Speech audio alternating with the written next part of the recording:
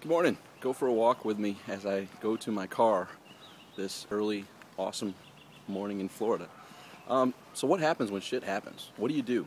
Well, first of all, I'm going to share some things that I learned in the Marine Corps, and it's going to put some things in perspective as to how I deal with stuff when stuff happens. Because one thing you can expect is for stuff to happen.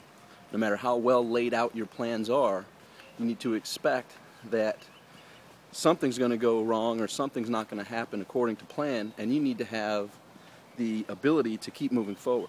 In the Marine Corps, one thing that we learned in fighting was if someone pulls a knife out, expect to get cut. Because when the knife comes out, if you get cut, which you're gonna, and you're like, holy crap, I'm cut, that second you take to recognize you're cut, now you're dead.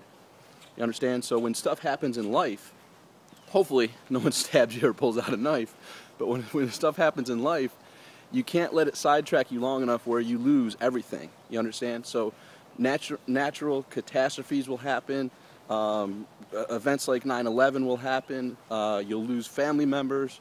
You'll lose friends. You'll lose friendships. You'll lose relationships. A whole bunch of fun, crazy stuff will happen. And fun was a bad word. None of that's fun.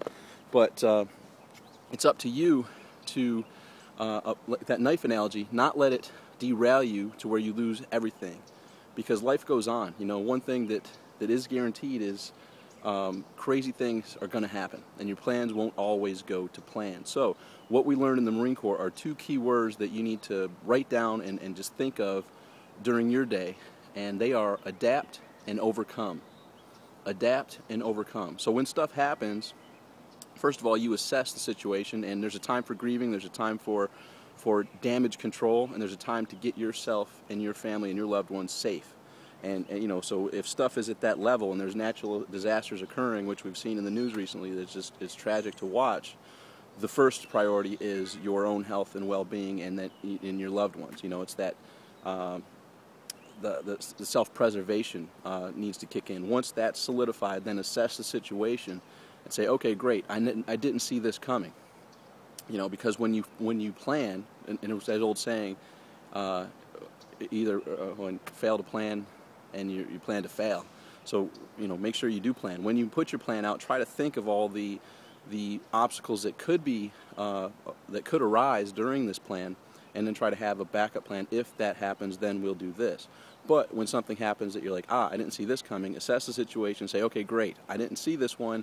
Now, how can we still get to that goal, or do we need to revise that goal based upon these new experiences? And you will adapt your plan and overcome it. There's so many other great points that come up in this one conversation, and appreciate all your comments on the last one. Make sure you leave your comments below, whether you're here watching it on YouTube or on Facebook.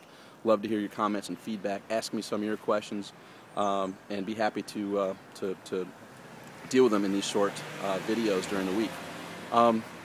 Next week, you can look forward to something that I've only shared with a few people, and recently I shared it with Todd Brown, I shared it with Telma Knutson, Kyle Battis, and it's my near-death experience from 9/11/1998. And this is where I was helicopter lifted from a terrible accident and thought to be dead, and I had the whole bright light experience and all that fun stuff, chose to come back, had to learn to walk and talk again. So I'm going to go into more detail of that next week if you let me know that that's something that interests you. I know it freaks some people out. It took me years to even be able to talk about it because it's a difficult experience, but stuff happens.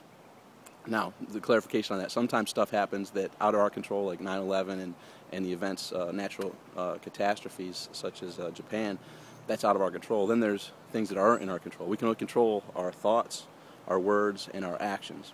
And I'll tell you what, I'll raise my hand. Sometimes I'm my biggest obstacle. I don't know if you can relate to that. I have to get out of my own way to get a lot of my goals accomplished. So we'll touch on stuff like that. But the near-death experience, I'll mention some learning experiences from that. But when stuff happens, just remember this quote by Napoleon Hill. Every adversity carries with it the seed of an equivalent or greater benefit.